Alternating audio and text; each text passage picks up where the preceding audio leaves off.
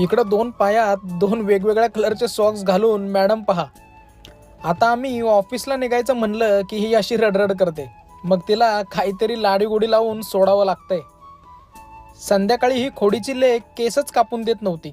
अखेर पप्पाला त्या लेडीज पार्लरमध्ये जावं लागलं. काय करणार? पप्पा माझ्या पायाला बाऊल झालाय. बघू. या खोडीच्या लेकीने दिवसा गार्डन मध्ये खेळताना कसा बाऊ करून घेतलाय बघा. औषध लावायचं आपण तिथे. नाही. थांब, औषध लावू दे म्हणल्यावर अशी पळून गेली.